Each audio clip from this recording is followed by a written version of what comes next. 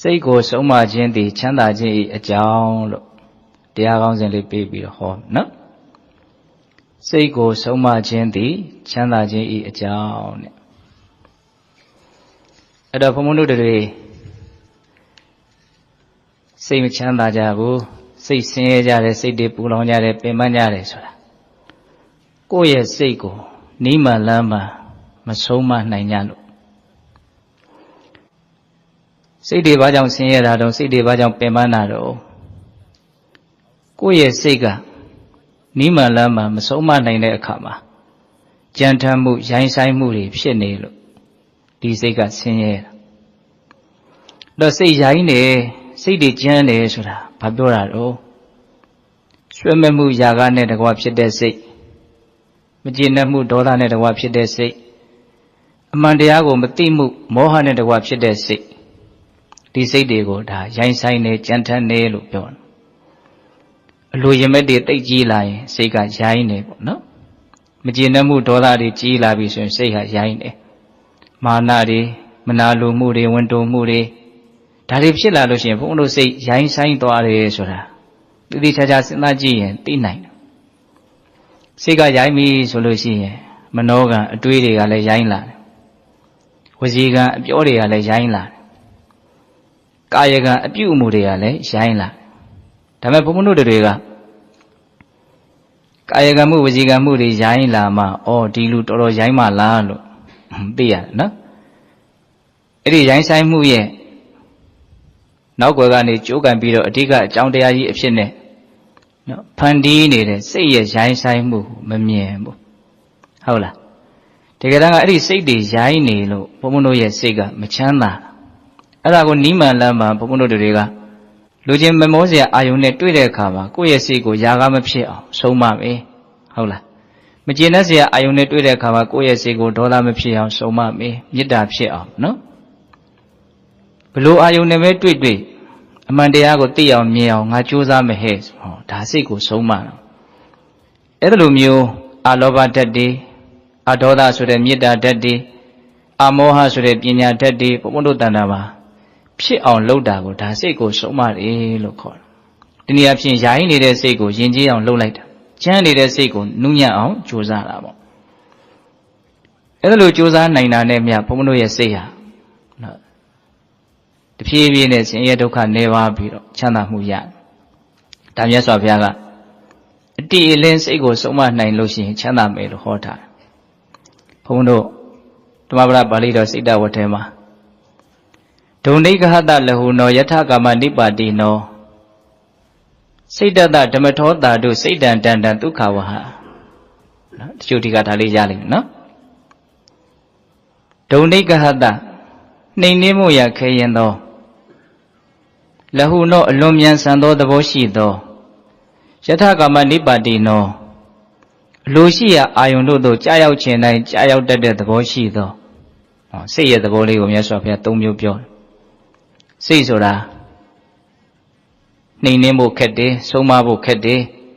အလွန်လည်းမြန်ဆန်တဲ့သဘောရှိတယ်ရောက်ခြင်းတဲ့နေရာကိုစီးမရှိကံမရှိရောက်သွားတတ်တဲ့သဘောလည်းရှိနှိမ်နှင်းဖို့ခက်လွန်းလို့ဒီစိတ်ကိုမနှိမ်နှင်းမဲနဲ့ပြစ်ထားမယ်ဆိုရင်တော့သူကကောင်းနိုင်ပေါ်ရမရှိခက်ခဲပြီမလို့အဲ့ဒါကိုငါမဖြစ်အောင်ဒီစိတ်ကိုဆုံးမမယ်ယဉ်ကျေးအောင်လုပ်မယ်ဆိုပြီးတော့ကိုယ့်ရဲ့စိတ်ကိုနိမန်လမ်းမှာဆုံးမနိုင်မယ်ဆိုလို့ရှိရင်တော့အဲ့ဒါအလွန်ကောင်းတယ်တဲ့စိတ်တတဓမ္မထောတာတို့နော်စိတ်ကိုဆုံးမခြင်းဟာကောင်းတယ်ဘာဖြစ်လို့တော့စိတ်တန်တန်ဒုက္ခဝဟံတန်တန်ဆုံးမသဖြင့်ယဉ်ကျေးသောစိတ်တန်စိတ်သည်ဒုက္ခဝဟံချမ်းသာဒုက္ခကိုပေးနိုင်တယ်ဒါပဲနော်အဓိကချက်ကဒီကထာလေးကိုအကျမ်းမြင်လေးကိုယ်စိတ်ထဲမှာအတိပ္ပယ်ကိုပိုင်နိုင်ကြုံမိငုံမိနားလည်နိုင်ရစိတ်ဆိုတာနှိမ်နှင်းဖို့ခက်တယ်အလွန်မြန်ဆန်တဲ့သဘောရှိတယ်ရောက်ချင်းတဲ့နေရာကိုရောက်တတ်တဲ့သဘောရှိတယ်အဲ့ဒီလိုစိတ်ကိုဆုံးမနိုင်မယ်ဆိုရင်အလွန်ကောင်းတယ်ဘာကြောင့်လဲဆုံးမလို့ယဉ်ကျေးပြီဆိုရင်ဒီစိတ်ကချမ်းသာဒုက္ခကိုပေးနိုင်လို့ဒါဘုန်းဘုန်းတို့လိုလားတောင်းတတဲ့ချမ်းသာဒုက္ခကိုရကျင်တယ်ဆိုလို့ရှိရင်ကိုယ့်ရဲ့ကြမ်းထမ်းနေတဲ့စိတ်တွေကိုနူးညံ့သွားဖို့ရိုင်းဆိုင်နေတဲ့စိတ်တွေကိုယဉ်ကျေးသွားဖို့နိမန်လမ်းမှာမလုပ်ကြမလို့ဆုံးမကြရမယ်ပေါ့ဒီကထာလေးကိုဘာကြောင့်မြတ်စွာဘုရားဟောတယ်လဲလူတိုင်းကြားဖို့ပါတယ်မြတ်စွာဘုရားလက်ထက်က Matika Mata, Tegamaji. Tunide Yago, Yano Chauji, Deala Biro Atojan. Tegamaji, Pisiliva, Owen you Biro. No? Yano Rigo, Flutan Biro Nida. Now the Yano de Pire, Dea, or Dua Ato Biro, Yano de Jen, Dua Dearu de Amiago Yan.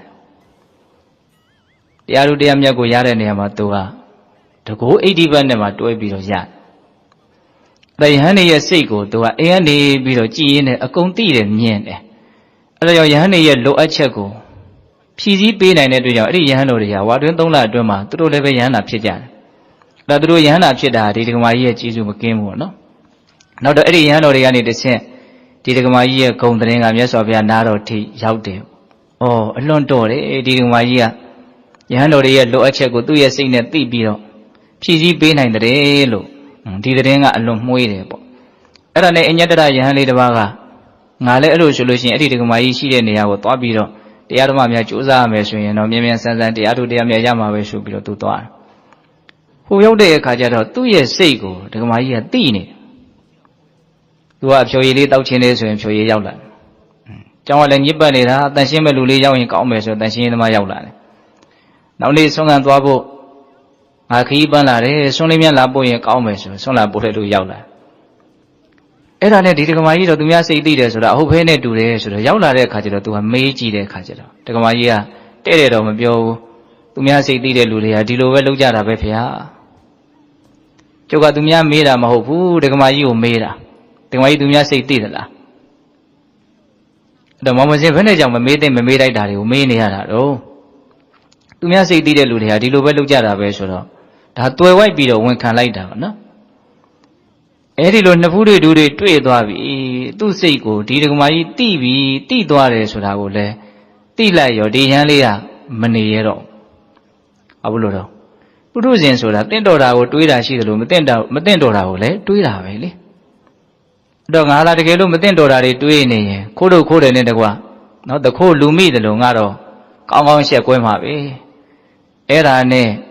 Below Mount Alumia, Miasovia, she had Jauno, Piambio, Pila. Adamiasovia, Joe made a Cajero. Dilo di Jamavia, tu say good tini de Luia Shimama, tu Meneevu.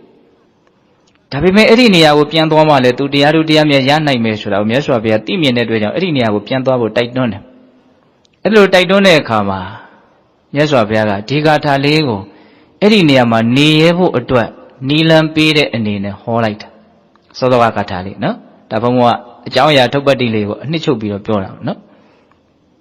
Don't make her that who know Yatakama Dibadi, no. Say that the method that to sit and Tukawaha. Don't make her that say soda. So Mabo, by Naimo, go low dime Shisivo, alone Kade, Naimo Malue, not the Sika. Lahuno, Aloma Levemian Sande the Boshi. Kudina Dojahona, Kudi Jaya Dojaho Jaya, Yokia Yauduyan doing. Yataka Dibadi no. Simishi Gamashi Bayamara, Yauchia, Yauduinia, Duibido. Zuma Mina Mode Kajiro, Lululaji, 10 inches ladder de Disega. Hola. Erilu the boat of Awashi de Disego. Soma Naimes when Era alone county, the Sita Demato Tatu. No Sita Sego, Demato Jinji on Soma Nanyan Tatu County.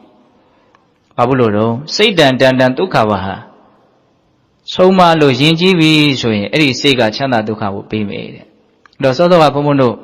the Anidan Lima. No, they say me Jinji, so that Babu Pura, so that I leave Jogan, no? Swimmer Murine, Magina Murine, Manalo Murine, Window Murine. And Dilum you say, and ye did in a Yotui Biro. A Pin division that he say go, Yan Sine, Jantane, Dilo Koyan. Erilu ne Tamuga. Di say go, but Pemanzi, the Siezi, Ulanzi, Hola, Taledu Pomono, Nalelu no? Memomuri Agila, Pulona, Pemana, Siena. Hola, Era will Pomono account a formation, oh, Bido that Pulon Lake, Siena, Pemanli. Elo Magina Mupshila in Levetta, say a Pulan, Siemu, Pemamu, put down Tinsha. I can move a zigamu. No, Pagwere Saint Yaudames, oh, Bidoda, Pomono Yepoa, Pema, Lake, Messiah, no? Tajam say Jain Sine, so that Pale, Pure, no? Lovadoda Mohari, Pibis, and I say Jain Sine, Koya. Eri say yang biro madale, a duty, a purity, a load digger, the same, a fiddler, yang dora. And I will Pomono and Nima Lama. Tisego Lema, Jinji out any option. And a lower doda moha. She say, I will not do it come, lower doda moha, maybe our hair should be. Do ye neama, no solo nine moody, a doda should admit that diary.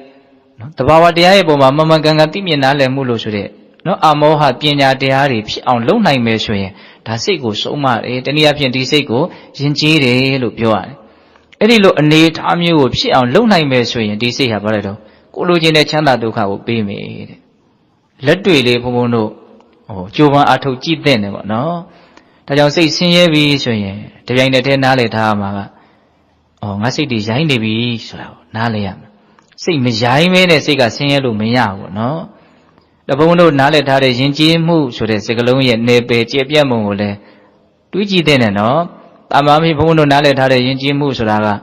Tenamina Shide, Kayagamu, Ziga Mulaugo, Minyana, Hola. The Gate Jinjimu, a say, Jansimu, a sega, Bema Chicanado. Say to my Chicanina. Hola, Sega Jaini, a boy and Hans only the Jinjimu, Chana will be named Mamma no? Hola, Tayakoye, a chicken sego, a people, Jinji on so many bolore. A solution da. Pomono losing a Chana Yame. The dinner must say go so much nine bows with a loy the last with a Maloebulu, Damiaswabia, a dealing Piotr, don't make a hada. Name was so mabu, cat day, look Piotr. Tamari cut the case out of a pondo of Simia on low nine measures solution. Takulo Janet Julia Yama, no? Kalumo Malobush and Bobio so double where she. Howla. Eddie cut out she on low measures with a sane, Pomondo Josa name would load. Pomono so. Dia Malobush and Kulojin Chana. Mayana, say a ye emu, Tadamu Chanamu Pomono, Mayana. Tajam, Kado Levet Yusaga, she on Loma Yame Sure, can you Jene, Junji Mune, Nale Mune, Tao Pian Pomono Palomero, Josaja. Tajam Yaswabella, a Myomin Shide Luri, a Mangan Tide Luri, Nyan Shide Luria, Goye Seiko, Lema Yinjia, so Mabu, Josaja, Lutilo Hora Leshi. Yes, I will let go. No bandita tamani so that Jabu, no? Goinly. No. Conanetali, Yana Piedis, Jabu, no? Ratuya Ubizes, Yashinari Bodrane. Going will be Machadiva, Machage Mave.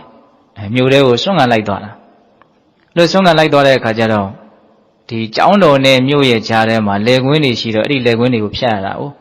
Piara Cajaro Legwini, my little Mariga. Young lady to a bit of Jujara, Jidunyara, Tawumine Cajara, going up alone Chanda at the Tita,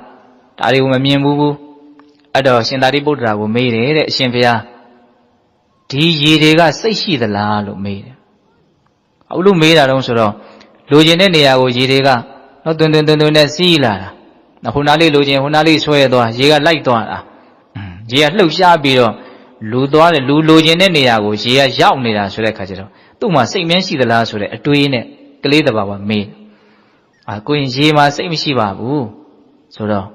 Go in Badu Tendo. Same she there, Jio down, go login Lolo Yades way, say she there, Naha. Naya Seiko, no Tamatadea, Wibadana Deane, no Lema Yinji on so Maranema, Pacha Pimia on Malona Meshiam at all. Lucena, Tabadmi Palu, no? I don't never want to see the daughter Cajano. You away. No.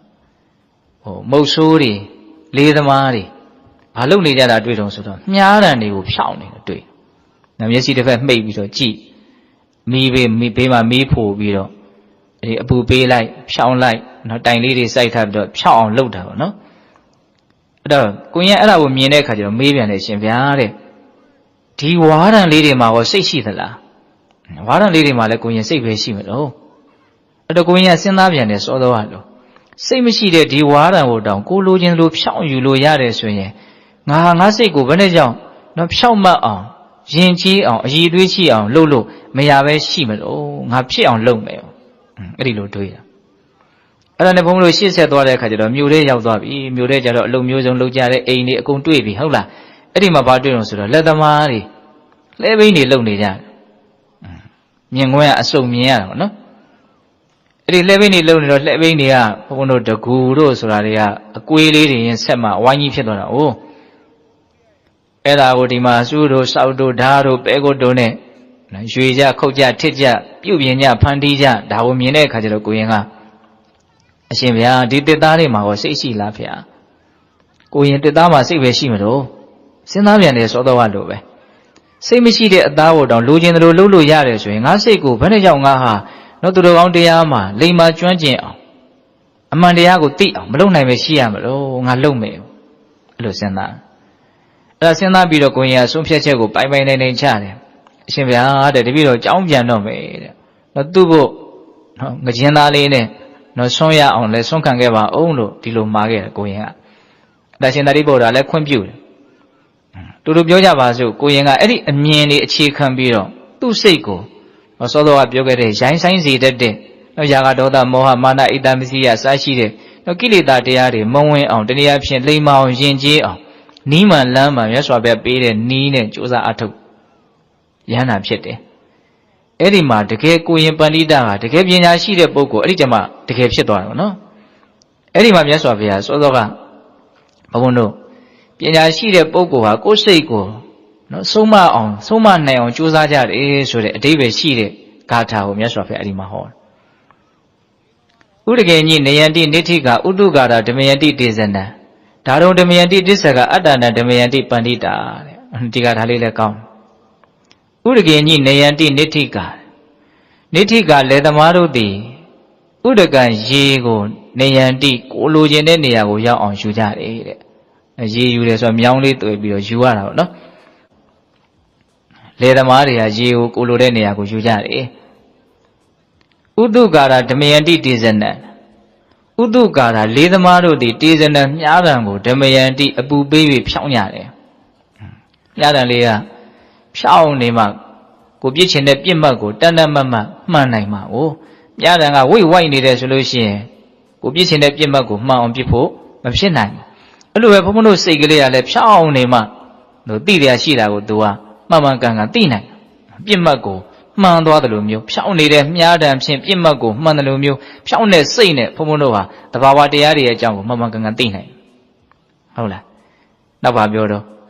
ဥဒကေညိနယန္တိနိဋ္ဌိကဥတုကာရဓမယန္တိတေဇနံဒါရုံဓမယန္တိတစ္ဆကလက်သမားဆရာတို့သည်ဒါရုံတစ်သားကိုဓမယန္တိကိုလိုချင်တဲ့ပုံသဏ္ဍာန်ဖြစ်အောင်ဖန်တီးကြပြီဟုတ်လားအစတော့တရားရင်တုံးကြီးပဲလေဒါပေမဲ့ပြုပြင်ဖန်တီးလိုက်ပြီဆိုလို့ရှိရင်ပရိဘောကအသုံးဆောင်လည်းဖြစ်နိုင်တယ်စောတော့ကပြောလို့ရင်တွေရဲ့အစိပ်ပိုင်းလည်းဖြစ်နိုင်တယ်နောက်ဆုံးနော်နတ်ရုပ်ထုလည်းဖြစ်နိုင်တယ်ဆင်းတုတော်လည်းဖြစ်နိုင်တယ်ဒီတစ်သားအရင်တုံးကဟုတ်လာ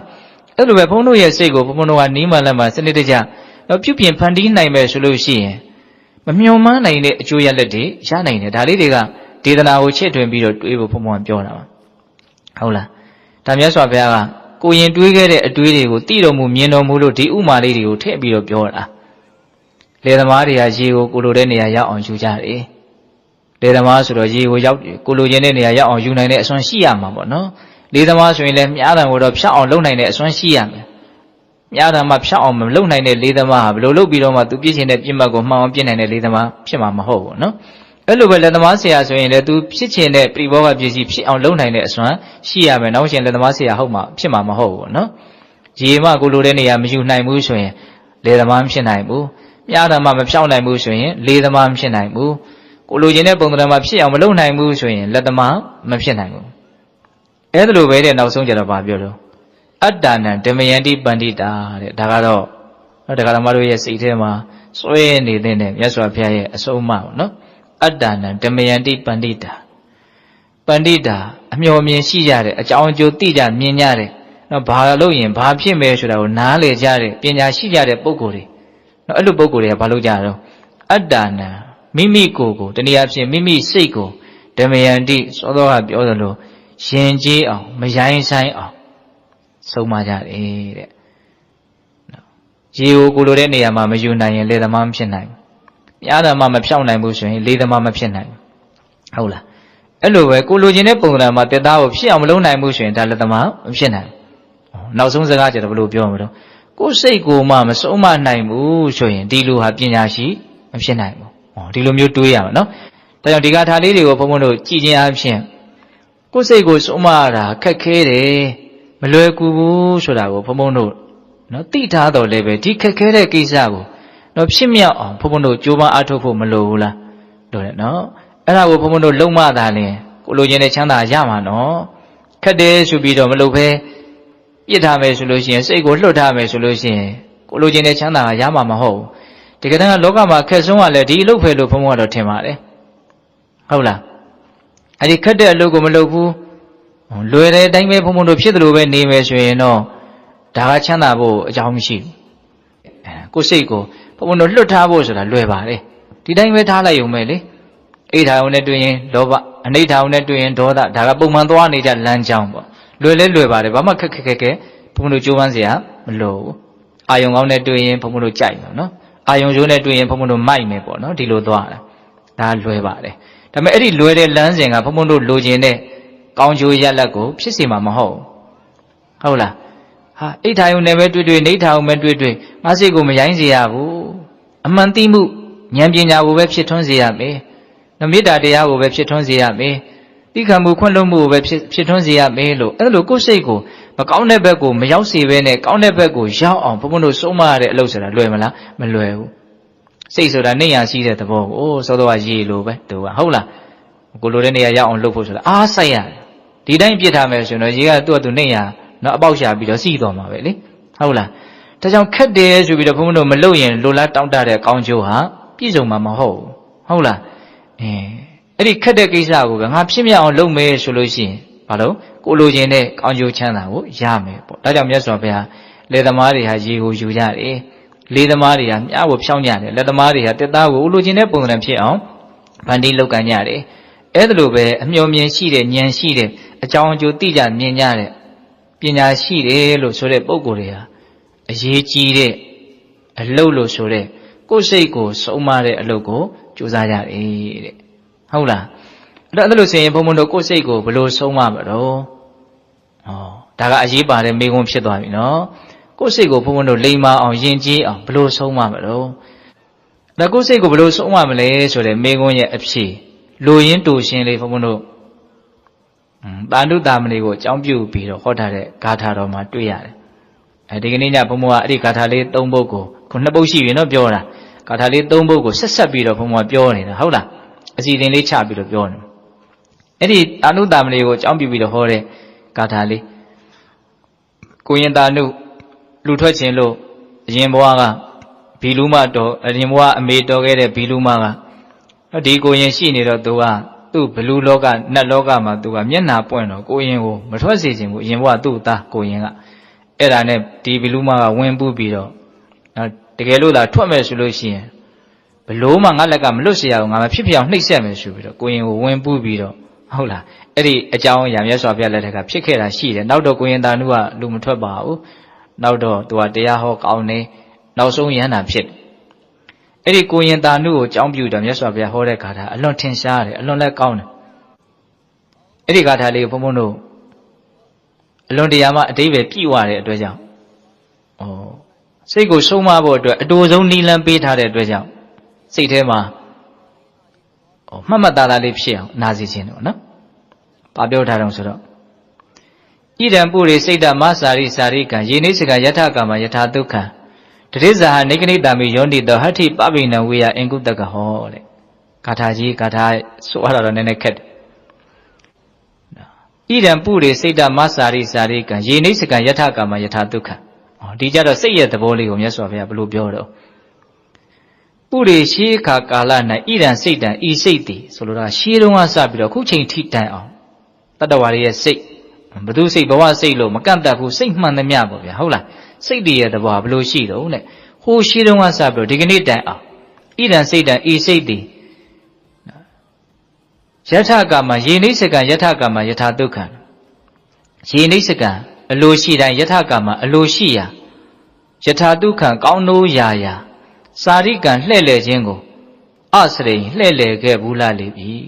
တဲ့ဒါကဓမ္မတို့ဘုန်းတို့ရဲ့စိတ်ကဟိုးဘဝတန်တရားကာလတလျှောက်ဒီကနေ့တိုင်အောင်သူဟာထင်သလိုကျက်စားလာခဲ့တယ်အာယုန်ရဲ့ပုံမှာထင်သလိုကျက်စားလာခဲ့တယ် အဲ့လိုထင်လို့ကျက်စားလာတယ်ဆိုတော့မြတ်စွာဘုရားဘယ်လိုလေးပုံဖော်ပြအဲ့ဒါလေးကိုဘုံဘုံအလွန်ပြောခြင်းရေနိစ္စကံယထာကမ္မယထာဒုက္ခံစကလုံးလေး၃လုံးသုံးရေနိစ္စကံအလိုရှိတိုင်းယထာကမ္မအလိုရှိရာယထာဒုက္ခံကောင်းလို့ရာအဲ့ဒါကိုဘုံဘုံစိတ်ထဲမှာဘယ်လိုနားလဲသွားတော့ဘယ်လိုတွေးမိတော့ဆိုတော့စိတ်ဆိုတာနော်ကောင်းလို့ရာသူကောင်းမယ်ထင်တဲ့အာယုန်တွေပေါ်မှာကျက်စားတာဟုတ်လားယထာဒုက္ခံကောင်းလို့ရာအဲ့ဒီသူကောင်းတယ်ထင်တဲ့အာယုံပေါ်မှာသူကောင်းတယ်ထင်တဲ့အာယုံမှာကျက်စားတဲ့ခါမှာလည်းပဲအဲ့ဒီကောင်းတယ်ဆိုတာတဲ့ကိုမှသူကဘာထပ်ပြီးတော့ရွေးချယ်လာတော့ဆိုတော့နော်ကောင်းတယ်ဆိုတာတဲ့ကမှသူကြိုက်တာကိုထပ်ရွေးတယ်ဟုတ်လားနော်ကောင်းနိုင်တဲ့ဘုံဘုံတော့ကြိုက်တာမဟုတ်ဘူးလေဟုတ်လားစတော့ကောင်းမယ်ထင်တာကိုရွေးပြီးတော့ကျက်စားတယ်အဲ့ဒီကောင်းမယ်ထင်တာတွေကမှကိုစိတ်ကြိုက်ကိုကြိုက်တာထပ်ပြီးတော့ရွေးတယ်ပေါ့အဲ့ဒီကြိုက်တာကိုတွေ့ပြီးဆိုရင်တော့ရေနိစ္စကံအလိုရှိတိုင်းတဲ့အလိုရှိတိုင်းဆိုတာကတော့အတိုင်းစားမရှိတော့ဘူးပေါ့နော်ဒီတည်းပဲ तू ကတဝဲလေလေနဲ့မထွက်နိုင်မင်းနဲ့ကျက်စားနေတော့တာစိတ်ရဲ့သဘောလေးကိုဘုံဘုံကမြတ်စွာဘုရားပြောပြတဲ့စကားလုံးလေးတွေကိုကိုတွေးမိတာလေးတွေကိုဖြော့ပြတာဟုတ်လားကောင်းတယ်ထင်တာတွေကမှကြိုက်တာကိုတွေးပြီးဆိုရင်တော့ကြိုက်တဲ့လောက် तू ကသွားတယ်ဆိုတဲ့သဘောစိတ်ရဲ့သဘောနော်အဲ့ဒါရှေးကာလကစပြီးတော့ဒီကနေ့တိုင်အောင်ဒီစိတ်ဟာဒီပုံစံနဲ့ तू ထင်တယ်လို့ကျက်စားလာခဲ့တာပေါ့နော်အထင်ရင်ကိုမရှိဗျယံမရာဒီလိုလာခဲ့တာအဲ့ဒါကိုမြတ်စွာဘုရားဘယ်လိုဥမာပေးတော့အင်ကုတကဟောတဲ့ချွန်းကင်သောစင်တိန်သည်ဟဋ္ဌိပဝိနအမုံရသောစင်ကိုနေကနာတိဝိယနှိတ်ကွဆုံးမတကဲ့သို့ဣဇယနေ့အဟံငါသည်တန်စိတ်တံထိုဖြစ်ခြင်းတိုင်းဖြစ်နေတဲ့ဒီစိတ်ကိုထိုစိတ်ကိုယောနိသောမရတိကာရလို့ဆိုတဲ့တင့်တယ်လျှောက်ပတ်မှန်ကန်စွာတွေးတောဆင်ခြင်နိုင်ရင်လို့ဆိုတဲ့ယောနိသောမရတိကာရဖြင့်နိကနိတာမိနှိတ်ကွပေအံဆုံးမပေအံတဲ့ဒီကြတော့သူကနှိတ်ကွတယ်ဆိုတဲ့စကားကိုသုံးတယ်ဟုတ်လားအဲ့ဒါမြတ်စွာဘုရားဘယ်လိုဥမာပေးတော့ချွန်းကင်ထားတဲ့ဆင်တိန်ဟာအမှုံရစ်တဲ့ဆင်ကိုဆုံးမတယ်လို့နှိတ်ကွတယ်လို့တဲ့ဟုတ်လားဆင်ကိုဘုန်းဘုန်းတို့ဆုံးမတဲ့နေရာမှာဆင်ကိုနိုင်အောင်ကိုင်းတဲ့နေရာမှာလက်ချီဗလာတက်တက်နဲ့သွားပြီးတော့ကိုင်းလို့မရဘူးဘာပါရမလို့ချွန်းပါရမယ်နော်အဲ့လိုပဲဘုန်းဘုန်းတို့ရဲ့စိတ်ကိုဘုန်းဘုန်းတို့ကိုင်းတွယ်တဲ့နေရာမှာဘာမှဘုံဘုံတို့အသိဉာဏ်ပညာမရှိဘဲနဲ့ကိုယ်စိတ်ကိုလိမ္မာစေခြင်းနဲ့ယဉ်ကျေးသေးခြင်းနဲ့ဆိုတဲ့ဆန္ဒတစ်ခုလောက်နဲ့ဘုံဘုံတို့ဆုံးမလို့မရဘူးအမုံရစ်တဲ့ဆင်ကိုဆုံးမပဲဆိုရင်ချွန်းဆိုတဲ့လက်နဲ့ရှိဖို့လိုတယ်လို့နော်ဒီစိတ်ကိုဘုံဘုံတို့ဆုံးမပဲဆိုလို့ရှိရင်လည်းပဲလက်နဲ့လိုတယ်ပေါ့နော်အဲ့ဒီလက်နဲ့ကိုဒီနေရာမှာမြတ်စွာဘုရားပါပြောဆိုယောနိသောလို့ပြောတယ်ယောနိသောဆိုတာယောနိသောမနတိကာရကိုပြောတာနော်ယောနိသောမနတိကာရဆိုတာနော်လမ်းကြောင်းမှန်မှန်တွေးတဲ့သဘောပေါ့လမ်းကြောင်းမှန်မှန်တွေးတာနော်သူစဉ်းစားတာဆင်ခြင်တာတွေးတောတာလမ်းကြောင်းမှန်တယ်မှန်တဲ့အတိုင်းသူတွေးတောတတ်တယ်ဆင်ခြင်တတ်တယ်နှလုံးသွင်းတတ်တယ်အဲ့ဒါကိုပါခေါ်တော့ယောနိသောမနတိကာရအဲ့ဒီယောနိသောမနတိကာရဖြင့်ဘုန်းဘုန်းတို့ရဲ့စိတ်ကိုဘာလို့ရမလို့ဆုံးမရပြီတဲ့အလွန်ကောင်းနော်ဒီကထားလေးဟုတ်လားတတန်တရားလုံးဖြစ်ခြင်းတိုင်းဖြစ်လာတဲ့နော်ကောင်းတယ်ထင်တာတွေကမှကြိုက်တာကိုတွေ့ရင်ကြိုက်တဲ့လောက်နောက်မဆုတ်တန်းကျင်လေကျက်စားလာခဲ့တဲ့ဘုန်းဘုန်းတို့ရဲ့စိတ်ဟုတ်လားအဲ့ဒီစိတ်ကိုဒီကနေ့ကစပြီးတော့ချွန်းကင်တဲ့ဆင်လေးဟာအမုံရစ်တဲ့ဆင်ကိုနှိပ်ကွတယ်လို့နော်ယောနိသောမနတိကာရဆိုတဲ့ပညာတရားနဲ့ငါရဲ့စိတ်ကိုနှိပ်ကွမယ်ဆုံးမမယ်လို့ဒီလိုအဓိပ္ပာယ်ရတယ်ဟုတ်လားအဲ့ဆိုရင်ဘုန်းဘုန်းတို့အဖြေတွေ့ပြီနော်ဒီစိတ်ကိုဘုန်းဘုန်းတို့ဘာနဲ့ဆုံးမမလဲဆိုတဲ့မေခွန်းရဲ့အဖြေအတွေ့တော့ယောနိသောမနတိကာရဟုတ်လားယောနိသောမနတိကာရဒီကိုယ့်ရဲ့စိတ်ကိုဆုံးမတဲ့နေရာမှာမဖြစ်မနေလိုအပ်တဲ့လက်နက်ပဲဟုတ်လားအဲ့ဒါမပါရင်ဘုန်းဘုန်းတို့ရဲ့စိတ်ကိုဆုံးမလို့မရအောင်အဲ့လိုဆိုလို့ရှိရင်ယောနိသောမနတိကာရရဲ့အကြောင်းကိုဘုန်းဘုန်းတို့ချစ်ချစ်ပြည့်ပြည့်နားလည်ဖို့လိုမယ်ပေါ့နော်ဒါဘုန်းဘုန်းတို့ယောနိသောမနတိကာရရဲ့တဘာဝကိုအကျဉ်းမြင်လေးယောနိသောမနတိကာရ၅မျိုးရှိတယ်ဆိုတာကိုပြောခြင်းအဖြစ်ယောနိသောမနတိကာရရဲ့အကြောင်းကိုနည်းနည်းလေးလေ့လာကြည့်မယ်ပေါ့နော်ယောနိသောမနတိကာရအကျဉ်းမြင်အဖြစ်၅မျိုးရှိသူကအဓိပ္ပာယ်အကျယ်ကြီး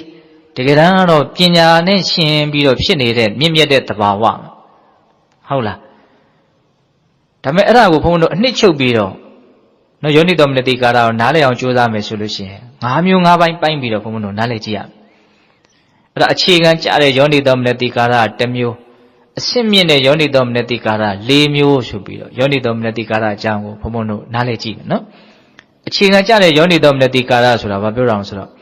ကံကံရဲ့အကျိုးကိုမှန်မှန်ကန်ကန်စဉ်းစားနိုင်တာတွေးတောနိုင်တာဆင်ခြင်နိုင်တာဟုတ်လားကံကံရဲ့အကျိုး ဒါဗုဒ္ဓဘာသာတွေအနေနဲ့အခြေခံကြနားလည်ထားကြပြီလားနော်ကံဆိုတာဘာကိုပြောတာတော့စေတနာကိုပြောတာနော်ကိုယ့်ရဲ့အတွင်းတန်တန်မှာကာယကံမှုဝစီကံမှုမနောကံမှုဆိုတဲ့အမှုကိစ္စတွေဖြစ်ဖို့အတွက်တိုက်တွန်းနှိုးဆော်နေတဲ့သဘောတိုက်တွန်းနှိုးဆော်တဲ့သဘောပဲစေတနာဆိုတာသူ့ရဲ့တိုက်တွန်းနှိုးဆော်မှုနဲ့ဘုံဘုံတို့ကာယကံမှုဝစီကံမှုမနောကံမှုအလုပ်တွေအပြောတွေအတွေးတွေဆိုတာအထမြောက်သွားတာဒါကြောင့်သူ့ကိုမြတ်စွာဘုရားကံလို့သတ်မှတ်အကျိုးပေးတာသူကအကျိုးပေးတာဟုတ်လားအဲ့ဒီကံကအကျဉ်းများဖြင့်ကောင်းတဲ့ကံရဲ့ဆိုးတဲ့ကံကောင်းတဲ့ကံကကောင်းကျိုးချမ်းသာကိုဖြစ်စေတယ်ဆိုးတဲ့ကံကနော်ဆင်းရဲဒုက္ခကိုဖြစ်စေတယ်ဒါက तू ကဘယ်သူမှအဲ့လိုဖြစ်အောင်လုပ်ထားတာမဟုတ်ဘူးသူ့ရဲ့တဘာဝနိယာမအတိုင်း तू ကအဲ့တိုင်းသွားနေတာဟုတ်လားအဲ့ဒီအမှန်တဘာဝကိုဘုံဘုံတို့ကဘာလုပ်ရမလို့စဉ်းစားရမယ်ဆင်ခြင်ရမယ်အဲ့ဒါကိုစဉ်းစားမယ်ဆင်ခြင်မယ်ဆိုလို့ရှိရင်ကိုယ့်ရဲ့စိတ်ကိုဆုံးမပြီးသားဖြစ်တယ်နော်အကုသိုလ်ဖြစ်เสียအခြေအနေတွေနဲ့ကြုံလာပြီဆိုလို့ရှိရင်ဘုံဘုံတို့ဒီအခြေခံကြတဲ့ယောနိတော်မနတိကာရကိုလက်ကင်ထားရကိုပြုထားတဲ့ကံတရားအတိုင်းဖြစ်နေကြတာလို့ဆင်ခြင်ရင်ဘုံဘုံတို့မှာမကျေနပ်တဲ့စိတ်တွေလျော့နေသွားနိုင်လက်ခံနိုင်မှုတွေမြင့်လာတယ်ဗောနော်ဒီချက်စဉ်းစားနော်တတ္တဝါတိုင်းဟာကိုပြုထားတဲ့အမှုအတိုင်းကိုစေတနာနဲ့တန်တဲ့အကျိုးရလဒ်ကိုရရှိနေကြတာလို့ဘုံဘုံတို့ဆင်ခြင်ရင်ဘာလျော့နေသွားမလို့မကျေနပ်မှုလျော့နေတယ်ဒါတစ်ချက်နော်နောက်တစ်ခုကိုပြုတဲ့အတိုင်းကိုစေတနာအတိုင်းဆက်ပြီးတော့ဘုံဘုံတို့ရရှိကြရမှာခံစားကြရမှာသိမ့်ပိုက်ကြရမှာလို့အနာဂတ်ပေါ့နော်အနာဂတ်ကိုဘုံဘုံတို့ပါတော့ကမ္မအမြင်နဲ့ဘုံဘုံတို့တွေးကြည့်တာပေါ့အဲ့လိုတွေးကြည့်ရင်ဘာဖြစ်မလို့ဆိုတတိထားမှုတွေထိတ်လန့်မှုတန်ဝေကတွေအများကြီးဖြစ်နိုင်တယ်ငါမကောင်းတာလုပ်လို့တော့မဖြစ်ဘူးမကောင်းတဲ့စိတ်မွေးလို့တော့မဖြစ်ဘူးဟောထိတ်လန့်မှုရှိတယ်နော်ငါကောင်းတာလုပ်မှဖြစ်မယ်တွန်းအားလည်းအများကြီးဖြစ်တယ်တတိထားမှဖြစ်မယ်ဟောစဉ်းစားနော်ဒီချက်လေးတစ်ချက်ဘုံဘုံစဉ်းစားမိတယ်ပေါ့ဟုတ်လားတတ္တဝါတိုင်းဟာကိုပြုထားတဲ့အမှုအတိုင်းကိုစိတ်စေနာနဲ့တန်တဲ့အကျိုးရလဒ်ကိုရရှိနေကြတာလို့စဉ်းစားရင်ဘာဖြစ်မလို့မကျေနပ်မှုနည်းမယ်ပေါ့ဟုတ်လားအနာဂတ်ကိုလှမ်းမျှော်မှန်းပြီးတော့ကိုပြုတဲ့အတိုင်းဖြစ်ကြမှာကိုစိတ်နဲ့တန်တဲ့အကျိုးရလဒ်ကိုရရှိကြမှာကိုစေတနာရဲ့အကျိုးရလဒ်ကိုကိုရိတ်သိမ်းကြရမှာဟောကိုစိုက်ထားတဲ့မျိုးစေ့အတိုင်းအပင်ပေါက်ပြီးတော့ဒါရရှိကြမှာဒီသဘောပေါ့နော်အဲ့ဒါကိုစဉ်းစားရင်ဘုန်းတော်ဘာဖြစ်မလို့တတိအားကြီးလာပဲနော်မကောင်းတာကိုကြောက်မယ်ကောင်းတာကိုဘုံဘုံတို့ပို့ပြီးတော့ရဲရင်လာမယ်ပေါ့ဒီသဘောလေးတွေဟုတ်လားဒါဟာပါလေကိုယ်စိတ်ကိုဆုံးမတဲ့နေရာမှာမဖြစ်မနေမရှိမဖြစ်လိုအပ်တဲ့အခြေခံကြတဲ့ယောနိတော်မနတိကာရပဲနော်အရာရာကိုဘုံဘုံတို့ဒီအမြင်နဲ့ချင်းကပ်နိုင်ရင်အလွန်ကောင်းပဲဟုတ်လားနေ့စဉ်ကိုယ်စိတ်ထဲမှာမကောင်းတာဖြစ်ရဲမှာမဟုတ်ဘူးနော်အဲ့လိုဆိုလို့ရှိရင်ဒီအမြင်လေးရှိနေမယ်ဆိုရင်ဟုတ်လားငါစိတ်ထဲမှာဖြစ်နေတဲ့ဒီစေတနာကလည်း तू အမြင်တမ်းလို့ဖြစ်နေတာလေကောင်းမကောင်းတာကိုယ်ရသွားတာဟုတ်လားအဲ့ဒါကိုကိုယ်စေနာနဲ့တန်တဲ့အကျိုးရလဒ်ကိုရမှာ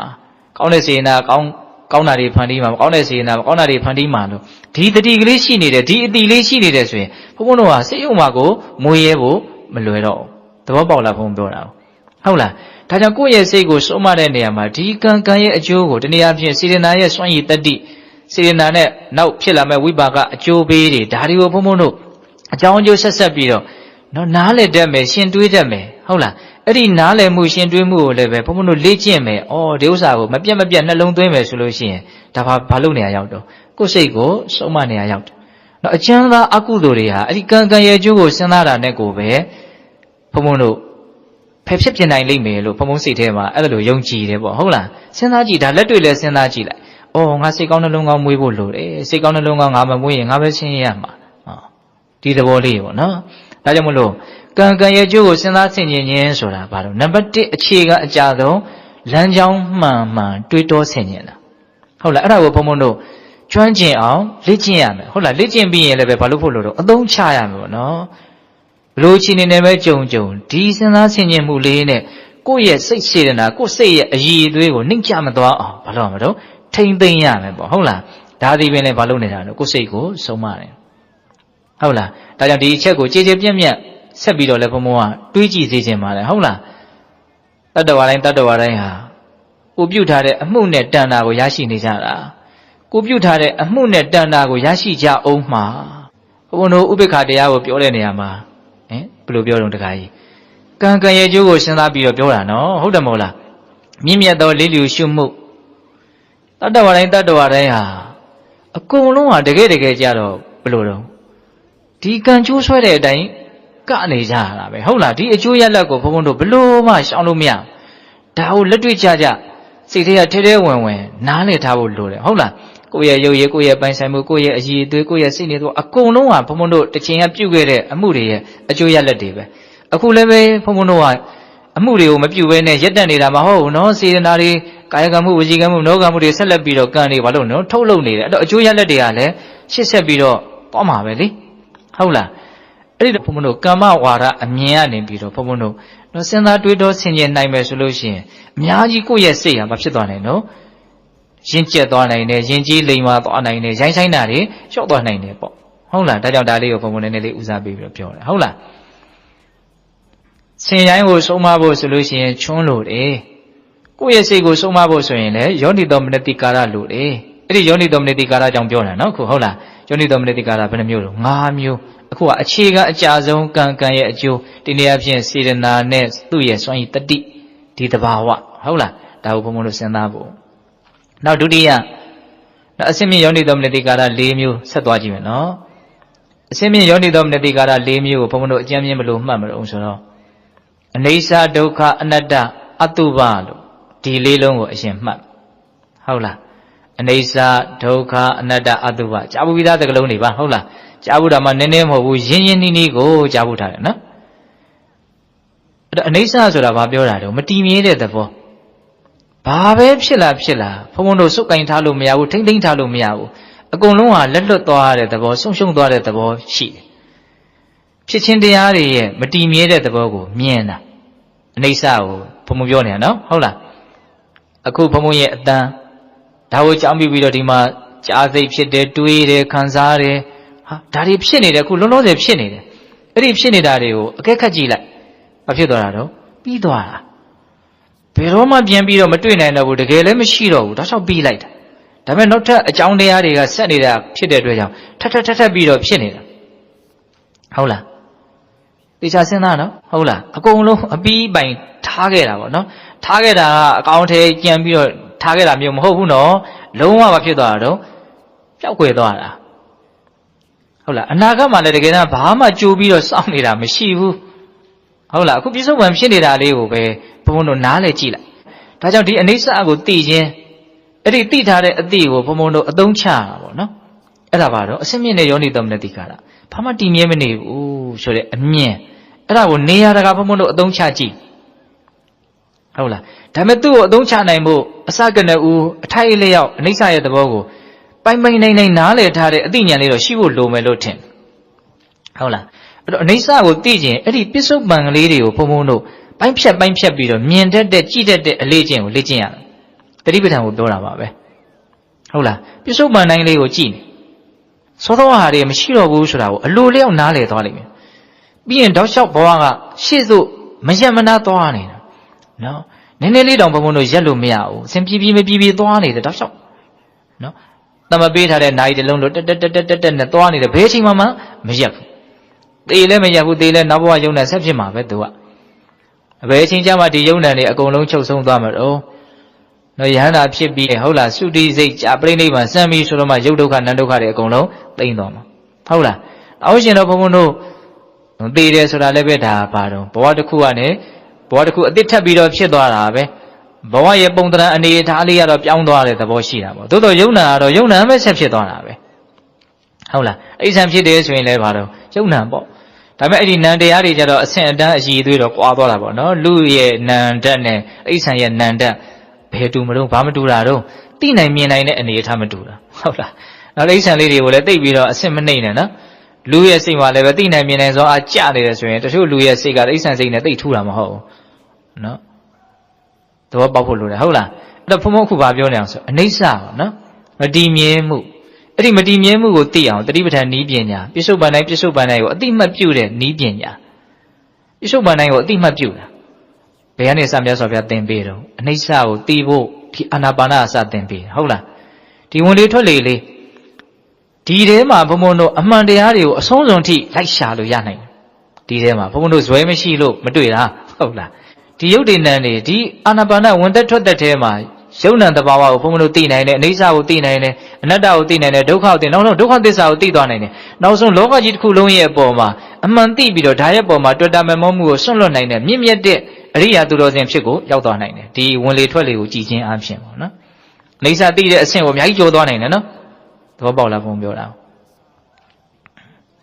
ာအဲ့ဒီအနေဆာကိုဘုံဘုံတို့သိအောင်လှုပ်ထားလို့သိမယ်ဆိုရင်အဲ့ဒါကိုဘုံဘုံတို့ဘာလုပ်အောင်လို့အသုံးချရမယ်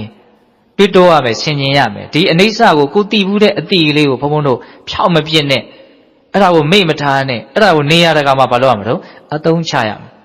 မြတ်စွာဘုရားဒါကိုအလွန်မြင်သေးခြင်းတာအဲ့တော့ဒီဝိပဿနာဉာဏ်နဲ့ဒီအနေဆာကိုဘုံဘုံတို့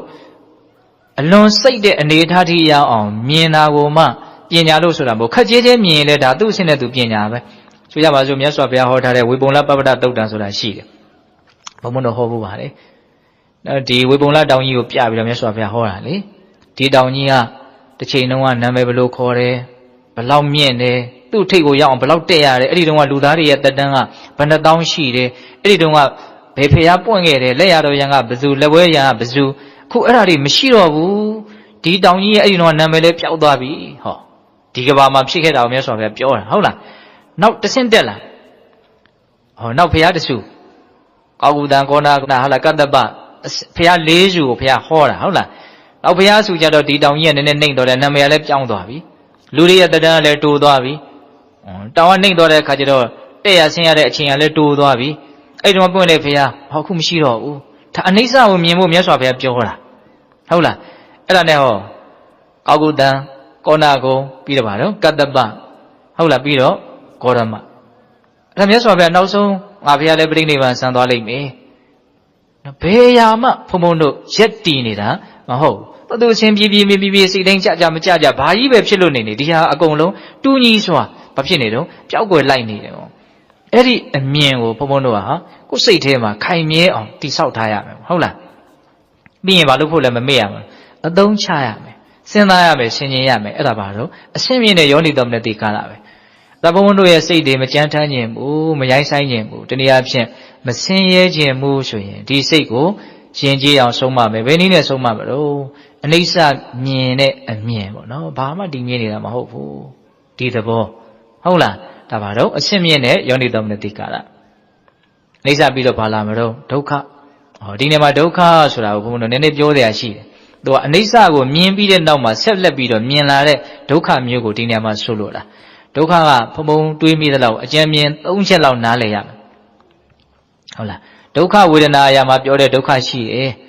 ဒုက္ခလက္ခဏာအရာမှာပြောတဲ့ဒုက္ခရှိတယ်ဒုက္ခသစ္စာအရာမှာပြောတဲ့ဒုက္ခရှိတယ်ဟောသိချာနားထောင်နော်ဒုက္ခဝေဒနာဒုက္ခလက္ခဏာဒုက္ခသစ္စာအကျဉ်းမြင်ဒီလောက်တော့နားလည်ရမယ်နော်ဗုဒ္ဓဘာသာဝင်တွေဟုတ်လားအဲတော့ဒုက္ခဝေဒနာဒုက္ခလက္ခဏာဒုက္ခသစ္စာဒုက္ခဝေဒနာဆင်းရဲတယ်ကိုယ်ဆင်းရဲတော့ဒုက္ခဝေဒနာစိတ်ဆင်းရဲတော့ဒေါမနတဝေဒနာဒီလိုတော့ခွဲသွားသေးတယ်ပေါ့ဟုတ်လားအခုပြောမှာပါအောင်ဆိုဒုက္ခလက္ခဏာကိုပြောမှာဟုတ်လားဒုက္ခလက္ခဏာဆိုတာကြတော့သူကမမြဲမှုကိုမြင်တဲ့အတွက်ကြောင့်တဘာဝတရားတွေရဲ့ပုံမှာဒါဟာကောင်းမွန်တဲ့သဘောတွေမဟုတ်ဘူးလို့နားလည်သွားတဲ့သဘောဟုတ်လားဒါကြောင့်သူကဒုက္ခဝေဒနာလည်းဒုက္ခလက္ခဏာထဲမှာအကျုံးဝင်တယ်ဒုက္ခဝေဒနာလည်းဒုက္ခလက္ခဏာထဲမှာအကျုံးဝင်တယ်သဘောပေါက်လားမသိဘူးနော်ခံရခက်တဲ့ဒုက္ခဝေဒနာလည်းပဲဒုက္ခလက္ခဏာထဲမှာအကျုံးဝင်တယ်နော်ခံစားလို့ကောင်းတဲ့ဒုက္ခဝေဒနာလည်းဒုက္ခလက္ခဏာထဲမှာပဲအကျုံးဝင်တယ်ဘာဖြစ်လို့ဒုက္ခဝေဒနာလည်းပျက်စီးလို့ဒါကြောင့်မြတ်စွာဘုရားတန်ရုပ်ပါဠိတော်ထဲမှာဒုက္ခဝေဒနာကိုမြားဆူးတယ်လို့ရှုရမယ်တဲ့ဒုက္ခဝေဒနာကိုတော့ဒုက္ခလို့ရှုရမယ်ဒီလိုမြတ်စွာဘုရားဟောတယ်နော်ဒုက္ခဝေဒနာကိုဘာလို့ရှုရမလဲဒုက္ခလို့ရှုရမယ်ဆိုအဲ့ဒါဟာကိုပြောတာဒုက္ခဝေဒနာကြတော့ဘာတော့မြားဆူးတယ်လို့တဲ့ gain တန်ကြောင်းနဲ့ကိုယ်အသားကိုထိုးကြည့်နော်အလေးနဲ့ထိုးတာတောင်ဘယ်လိုနေတော့နာနော်ခံရခက်တဲ့သဘောပေါ့ဟုတ်လား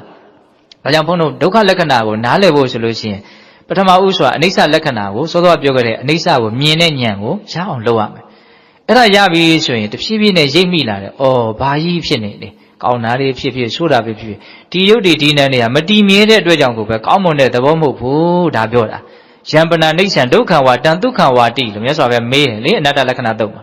မမြဲတဲ့တရားဟာဆင်းရဲလားချမ်းသာလားလို့မေးတာအဲ့ဒါပဲလေမမြဲမှတော့ဘယ်လိုလုပ်ပြီးတော့မှချမ်းသာတဲ့တရားမဟုတ်ဘူးတော့ကောင်းမွန်တဲ့တရားမဟုတ်ဘူးလို့ပြောတာဟုတ်လားအဲ့ဒါလိုဒုက္ခကိုမြင်ပြီးဆိုလို့ရှိရင် ကောင်းတဲ့လောကဓာတ်နဲ့တွေ့ဆိုးတဲ့လောကဓာတ်ပဲတွေ့ဘာတော့ဒုက္ခပဲ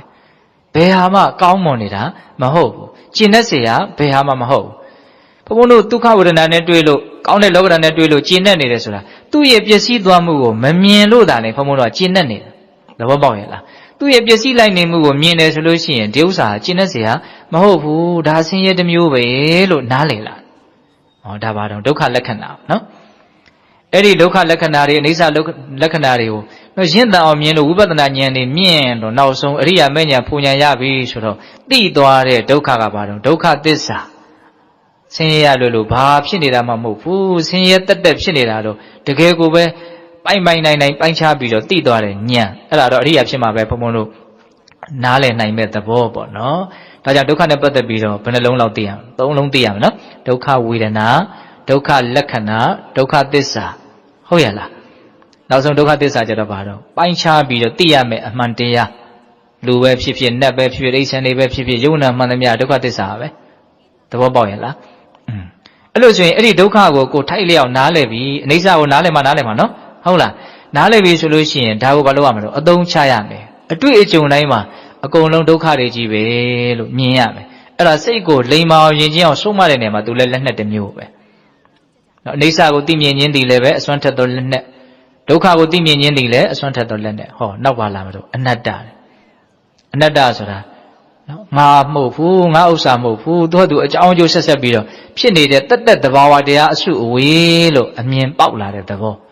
အနိစ္စနဲ့ဒုက္ခကိုသိပြီးတဲ့နောက်မှာအနတ္တကိုဘာဖြစ်လာတော့သဘောပေါက်လာအကုန်လုံးသဘာဝတရားတွေကိုဖန်တီးထားတာမဟုတ်ဘူးဘယ်သူဖန်တီးထားတာမှလည်းမဟုတ်နော်သူကပိုးပြီးတော့အသိဉာဏ်မြင့်မားလာတာပေါ့ဟုတ်လားသဘာဝတရားတက်သူ့အတူအကြောင်းကျိုးဆက်ပြီးတော့ဖြစ်ပေါ်နေတာမဖြစ်เสียအကြောင်းရှိတာကိုမဖြစ်အောင်လည်းဘယ်သူမှမတားနိုင်ဘူးဖြစ်လာလို့ပြက်သွားရင်လည်းမပြက်အောင်ဘယ်သူမှဆွဲထားလို့လည်းမရဘူးသူ့အတူဘယ်သူမှလည်းဂယုမဆိုင်ဖဲနဲ့ဂယုဆိုင်เสียဘယ်သူမှလည်းတကယ်တော့မရှိပါဘူးသဘာဝတရားသူ့လမ်းကြောင်းသူသွားနေတာအဲ့ဒါကိုခေါ်တော့အနတ္တပေါ့နော်အဲ့ဒါမြတ်စွာဘုရားအနတ္တကိုသိဖို့ကြတော့ဘယ်လိုလေးကပ်ပြောတော့မျက်စိဟာငါမဟုတ်ဘူးအဆင်းဟာလည်းငါမဟုတ်ဘူးသူဖြစ်နေတဲ့သဘောလေးနော်ဒီဟာကြီးကိုဘုံဘုံတို့ဒီဘဝကြီးဒီပုံစံကြီးဖြစ်အောင်ကိုဖန်တီးတာလည်းမဟုတ်ဘယ်သူလားဖန်တီးထားတာမှမဟုတ်သူအကြောင်းတရားရှိလို့ဆက်ဖြစ်နေတဲ့သဘောပဲတရားကဟုတ်လားဒါကစောစောကပြောတဲ့အနိစ္စတွေကိုနားလည်မှဒီအနတ္တကဘာလို့နိုင်တော့နားလည်နိုင်မှာနော်ဟုတ်လားယံပနာနိစ္စံဒုက္ခဝါတံဒုက္ခဝါတိဒုက္ခပန္တိယံပနာနိစ္စံဒုက္ခဝိပရိနာမဓမ္မကံလနုတံတမနုပတိတုဧတံမမဧသောဟမတမိဧသောမေအတ္တတိနောဟိတံပန္တိရတယ်မဟုတ်လားမမြဲတဲ့တရားဆင်းရဲလားချမ်းသာလားဆင်းရဲပါဗျာမမြဲဘူးဆင်းရဲတယ်ဖောက်လဲဖောက်ပြန်ဖြစ်နေတယ်ဆိုရင်အဲ့ဒီတရားတွေကိုငါဥစ္စာလို့ငါအတ္တလို့စွဲယူမှားယွင်းရမှတ်ထင်ခြင်းကတင့်မမလားလို့မြတ်စွာဘုရားမေးတာလေကြားဘူးတယ်နော်အဲ့တော့အနတ္တကိုသိဖို့ဆိုလို့ရှိရင်ဘုံဘုံတို့ရှေ့ကအနိစ္စနဲ့ဒုက္ခကိုဘာလို့ဖို့လို့တော့ကျွမ်းကျင်သိဖို့လိုမယ်ပေါ့ဟုတ်လားအဲ့လိုသိပြီဆိုလို့ရှိရင်လည်းပဲဒီအနတ္တအမြင်ကိုဘုံဘုံတို့ဘာလို့အောင်တော့အတွေ့အကြုံတိုင်းမှာအသုံးချရမယ်အဲ့ဒါဆိုရင်အစစ်မြင့်တဲ့ယောနိတော်မနတိကာလဖြစ်တယ်ကိုယ်စိတ်ကိုဆုံးမတဲ့နေမှာသူဒီလက်နဲ့ပေါ့အိဋ္ဌဒုက္ခအနတ္တနောက်ဆုံးပါလာမလို့အတုပသူကတော့ပိုးပြီးတော့လွယ်ပါတယ်စောစောကအိဋ္ဌဒုက္ခအနတ္တကိုမြင်ဖို့ကြတော့ပြစ္ဆုတ်ပံယုံနာတိုင်းကိုတတိပဋ္ဌာန်ဤပညာကိုအသုံးပြုပြီးတော့ပြစ္ဆုတ်ပံတိုင်းကိုဘုန်းတို့နော်တိနေတဲ့အလေးကျင့်ကိုလေ့ကျင့်မှများမှအိဋ္ဌဒုက္ခအနတ္တကိုသဘောပေါက်နိုင်ဟုတ်လားဒီအတုပဆိုတာကြတော့သူ့ထက်ပိုပြီးတော့ဘုန်းတို့လွယ်ကူနားလည်လို့ရတယ်လွယ်တယ်လို့ဆိုတော့လည်းပဲမကြိုးစားရင်လုံးမကြည့်ရင်သူလည်းပဲမသိနိုင်ပါဘူးမြတ်စွာဘုရားဘယ်လိုဟောတော့ဒီအတုပသဘောကိုနော်အတုပဆိုတာမတင့်တယ်တဲ့သဘောဟုတ်လားမတင့်တယ်ဘူးဆိုတာလူတိုင်းလည်းလက်ခံတယ်စိတ်ကလည်းတကယ်လည်းသိတယ်သို့တော်ဒီဥစ္စာကိုဘုံဘုံတို့ကပိုင်နိုင်သိအောင်လေ့ကျင့်မထားတဲ့အခါကျတော့မှားယွင်းမှုကပဲပြန်ပြီးတော့ဖုံးလွှမ်းသွားတယ်အဋ္ဌိနာဟာရုတံယုတ်တော်ဒဇမန္တဝလိပနောသဝိယကာယောပရိစ္ဆန္တောယထာဘူတနာတိတတိဒီကရံကယောက်ျားဖြစ်ဖြစ်မိန်းမဖြစ်ဖြစ်လူကြီးဖြစ်ဖြစ်လူငယ်ဖြစ်ဖြစ်လှသူဖြစ်ဖြစ်အိုသူဖြစ်ဖြစ်ဘယ်သူပဲဖြစ်ဖြစ်ဒီခန္ဓာကိုယ်ကြီးကဘလို့တိဆောက်တာတော့အယိုးကိုအမာခံနေရာမှာထားပြီးတော့တိဆောက်တာအယိုးကပင်ကိုအထည်တရက်ကြီးပဲဒါကြီးပဲကျန်တာတွေကသူ့ကိုအကုန်မှီနေကြရတာဟုတ်လားအယိုးကိုမှီရနော်သေချာကြည့်လိုက်ဟုတ်လားအဋ္ဌိနာဟာရုတံယုတ်တော်အဲ့ဒီအယိုးကိုအကျော်တွေနဲ့ဖွက်ချက်ထားတယ်ဒဇမန္တဝလိပနောဟုတ်လားအသားတွေအသွေးတွေနဲ့မလုပ်ထားတယ်လိမ့်ကြံထားတယ်သဝိယကာယောပရိစ္ဆန္တောအဲ့ဒါကိုမှအပေါ်ကအရေတူအရေပါနဲ့အုပ်ထားတယ် အဲ့ဒါလိုလဲအုပ်လိုက်ရောယထာဘူတနတ္တိတတိမှန်မှန်ကန်ကန်မမြင်ရတော့မသိတော့ထဲထဲဘာတွေရှိတယ်ဘလို့တိဆောက်ထားတယ်ဆိုတော့ဘုံဘုံတို့မမြင်တော့ဘူးအပေါ်ယံဖုံးလွှမ်းထားတာတွေတင်ဘုံဘုံတို့ရဲ့ဉာဏ်ကဘာဖြစ်သွားတော့ရက်သွားတာဉာဏ်မဟုတ်ပါဘူးလေဘုံဘုံတို့ရဲ့စိတ်ကအဲ့ဒီနားတင်ရက်နေတော့ဟုတ်လားအဲ့ဒီမှာဘုံဘုံတို့မတင့်တယ်မှုဆိုတဲ့အမှန်တရားကိုမမြင်တော့မြင်အောင်လုပ်ဖို့မခက်ခဲဘူးဆိုတော့လည်းပဲမြင်အောင်မလုပ်တဲ့အခါကျတော့မမြင်ဘူးလွယ်လည်းပဲလုပ်ကြည့်မှလွယ်မှာအိုးဟုတ်လားဒါကြောင့်အဲ့ဒီကိစ္စကိုလည်းပဲဘုန်းတို့ပေါ့ပေါ့တော့သဘောမထားသင့်ဘူးလို့ထင်တယ်။ဘာလို့ဒီအဲ့ဒီမဟာဝိရသုတ်တံမှာမြတ်စွာဘုရားကဒီအတုပကိုနားလည်အောင်ကြိုးစားရင်လေအရိယာမဲ့ဉဏ်ဖူဉဏ်ကိုရနိုင်တယ်လို့အတိလင်းဟောတာဟုတ်လားအဲ့ဒီဝိရသုတ်တံကိုရအောင်ကြက်ထားနော်အလွန်ကောင်းတဲ့အဲ့ဥစ္စာဟုတ်လားသန္တာရာကောဝိရတောတောဘိက္ခုပညာနဝဣဒာဣစ္ဆကအမတံတန်တိန်နိဗ္ဗာန်ဗရမစ္စုတံဟုတ်လားတကယ်ဘုန်းတို့ဒီခန္ဓာရဲ့မတင့်တယ်မှုနော်ယွန်ရှာဆက်စုပ်ဖွယ်အတုပအမှုကိုတကယ်မြင်မယ်ဆိုရင်ဟုတ်လားကိုယ်ခန္ဓာကိုယ်ပေါ်မှာပဲဖြစ်ဖြစ်သူတစ်ပါးခန္ဓာကိုယ်ပေါ်မှာပဲဖြစ်ဖြစ်ဆန္ဒရာဂလို့ဆိုတဲ့ဒီအလိုဆန္ဒလောဘတွေကဘာဖြစ်သွားမလဲချုပ်ပြောက်သွားမယ်ဣစ္ဆကအမတံတန်တိန်နိဗ္ဗာန်ဗရမစ္စုတံနော်ငြိမ်သက်တဲ့ချမ်းသာအစစ်ဖြစ်တဲ့မသေးရနိဗ္ဗာန်ကိုရနိုင်တယ်လို့အတိအလင်းမြတ်စွာဘုရားဟောတာဟုတ်လားဒါကြောင့်ဒီအတုပလွယ်ကူရဲဆိုတဲ့ကိစ္စလေးကိုဘာလို့ဖို့လို့စူးစမ်းကြည့်ဖို့လိုတယ်လုပ်ကြည့်ဒီ32ခုထာတာကိုနော်သင်ယူဖို့တော့လိုမယ်နော်သူကလည်းပဲဟုတ်လားဆံမေမွေးခြင်းခြေသည်လက်သည်သွားရည်အသားကြောရိုးတွင်ခြင်းသည်အညွတ်နှလုံးအသေးအမြင့်အဖြစ်ဆုပ်ဥမဥသိန်းစာသစ်စာဟောအုံနောက်သေးကြီးတလိပ်ပြည်သွေးချွေးအစီကဲမျက်ရည်အစီကြီးတတွေးနှက်အစေကျင်ကဲ32ခုထာတာအစုဝေး32မျိုးပေါ့ဟုတ်လားအဲ့ဒါကိုဘယ်ကုဋ္ဌတာဘယ်နာလေးမှာဘယ်လိုအယောင်ရှိတယ်ဘယ်လိုပုံသဏ္ဍာန်ရှိတယ်သူ့ဘေးမှာဘယ်ကုဋ္ဌတာရှိတယ်ဒီကိုယ်လုံးကိုကျွမ်းကျင်အောင်မြတ်စွာဘုရားခန္ဓာဗေဒမှာဟုတ်လားဒါဘယ်လောက်ခိုင်းတော့သင်ယူခိုင်းတယ်လေ့လာခိုင်းတယ်ပြီးရင်ဘာလို့အောင်လဲအဲ့ဒါကိုဆင်ញင်ရမယ်သုံးသပ်ရမယ်ဒါပဲလေဒီဟာပဲရှိတာပဲဟုတ်လားဒါကိုမြင်လို့ရှိရင်ဘုံဘုံတို့အတ္တလို့ဆိုတဲ့ငါဇွဲပေါ့ဘာဖြစ်သွားမလို့နဲသွားတဖြည်းဖြည်းနဲ့နဲသွားမယ်ဒါကြောင့်မလို့ဘုံဘုံတို့ဒီအတုပကိုနားလည်အောင်လုပ်ပြီးရင်လည်းဘာလို့မလဲသူ့ကိုလည်းမမေ့နဲ့အသုံးချမယ်ရွှေရှာဆက်စုပ်ပဲအစုဝေးမြပဲလောကဆိုတာဟုတ်လားအဲ့ဒီလိုမျိုးသွားမယ်ဆိုရင်လည်းပဲဒါအဆင့်မြင့်တဲ့ယောနိတော်မနတိကာလဖြင့်ကိုယ့်ရဲ့စိတ်ကိုနော်အဆင့်အတန်းရှိအောင်လိမ္မာအောင်ယဉ်ကျေးအောင်ဘလို့ရောက်တော့ဆုံးမရောက်တယ်ဟုတ်ပြီနော်အဲ့လိုဆိုရင်ယောနိတော်မနတိကာလဘယ်နှမျိုးတော့5မျိုးအခြေခံယောနိတော်မနတိကာလလို့ဆိုတဲ့စေတနာရဲ့စွမ်းရည်တတ္တိသို့မဟုတ်ကံကံရဲ့အကျိုးဒါကိုဘုံဘုံတို့စဉ်းစားဆင်ញံတာနော်ကိုပြုထားတဲ့အတိုင်းဖြစ်နေကြတာကိုပြုတ်ထားတဲ့အတိုင်းဖြစ်ကြအောင်မှာဒီနှမျိုးနော်ကျင့်နှက်မှုရဖို့နဲ့တတိတံပစဉ်ဉာဏ်ရှင်နိုင်ဖို့ဒီအတွက်ဘုံဘုံတို့ဘာလို့ဖို့လို့တော့ဒီနှစ်ချက်ကိုကောင်းကောင်းစဉ်းစားဖို့လို့ဟုတ်လားကိုပြုတ်ထားတဲ့အတိုင်းဖြစ်နေကြတာကိုပြုတ်ထားတဲ့အတိုင်းဖြစ်ကြအောင်မှာသဘောပေါက်လားဘုံပြောတာဒါဘာလို့တဲ့ဘာလို့တာတော့စိတ်ကိုဆုံးမဖို့ကိုယ့်ရဲ့လက်နက်ကိုထက်မြက်အောင်ပြင်ဆင်နေရရောက်တယ်ဟုတ်လားဒီဟာနဲ့ဘုံဘုံတို့ဘာလို့ရမှာတော့အသုံးချရမယ်ဒါအခြေခံကြတဲ့ယောနိတော်မနတိကာရအစင်းမြင့်တဲ့ယောနိတော်မနတိကာရဘယ်နှမျိုးတော့၄မျိုးအနိစ္စဒုက္ခအနတ္တအတုပဒါကိုသိမြင်နားလည်အောင်လုပ်ပြီးတော့အသုံးချခြင်းအပြင်ဘုန်းဘုန်းတို့ရဲ့စိတ်ကိုလိမ္မာခြင်းကြည့်အောင်ဘယ်လိုမလို့ဆုံးမရမယ်ဒါကိုမြတ်စွာဘုရားဟောတာနော်တာနုတာမဏိကိုဟောတာဟိုးရှေးတုန်းကစဒီကနေ့တိုင်အောင်ဘယ်လောက်ကြပြီမှမသိဘူးရှေးကဟုတ်လားစီစိတ်ဟာဘယ်လိုလာခဲ့တော့ကောင်းတယ်ထင်တာတွေကမှကြိုက်တာကိုတွေ့ရင်ကြိုက်တဲ့လောက်ကျက်စားနေတာဒီလိုထင်တယ်လို့လာခဲ့တဲ့စိတ်ကိုဒီကနေ့ကစပြီးတော့နော်အမုံရစ်တဲ့ဆင်ကိုဆင်တိန်ဟာချွန့်ကင်ပြီးတော့ဆုံးမတယ်လို့မျိုးငါဒီကနေ့ကစပြီးငါရဲ့စိတ်ကိုယောနိတော်မနတိကာရဆိုတဲ့ပညာချွန်းနဲ့ဘယ်လိုမလို့ဆုံးမပြီးအံ့လို့ဒါမြတ်စွာဘုရားဟောတာနော်အဲ့ဒါဘုံဘုံဒီကနေ့ပြောရတာလေးတွေနော်တဏှာကြီးရှိသွားပြီနော်အကုန်နှစ်ချုပ်ကြည့်မယ်ဟုတ်လားစိတ်ကိုဆုံးမခြင်းဒီချမ်းသာခြင်းဤအကြောင်းလို့တရားကောင်းတယ်လေးပေးထားနော်ဟုတ်လားတရားကောင်းတယ်လေးကြားလိုက်တာနဲ့ကိုပဲဘုန်းဘုန်းတို့တတိယတရားရှိအောင်ဘုန်းဘုန်းတို့အဲ့လိုလေးပေးကြည့်တာဟုတ်လားစိတ်ကိုဆုံးမခြင်းဒီချမ်းသာခြင်းအကြောင်းစိတ်ကိုမဆုံးမဘူးဆိုလို့ရှိရင်တော့ဆင်းရဲခြင်းအကြောင်းပေါ့ဆန့်ကျင်ဘက်ကဟုတ်လားစိတ်ကိုလွတ်ထားမယ်ဆိုရင်တော့ကိုယ့်ကိုဆင်းရဲအောင်လုပ်နေတာပေါ့နော်အဲ့ဒါကိုဘုန်းတို့ဘယ်ကနေစပြောတော့နော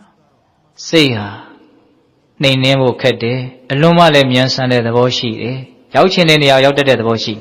ဒီလိုသဘောရှိတဲ့စိတ်ကိုဆုံးမနိုင်ခြင်းဟာကောင်းတယ်ဘာကြောင့်လဲစိတ်ကိုဆုံးမခြင်းဟာချမ်းသာဒုက္ခကိုပေးနိုင်လို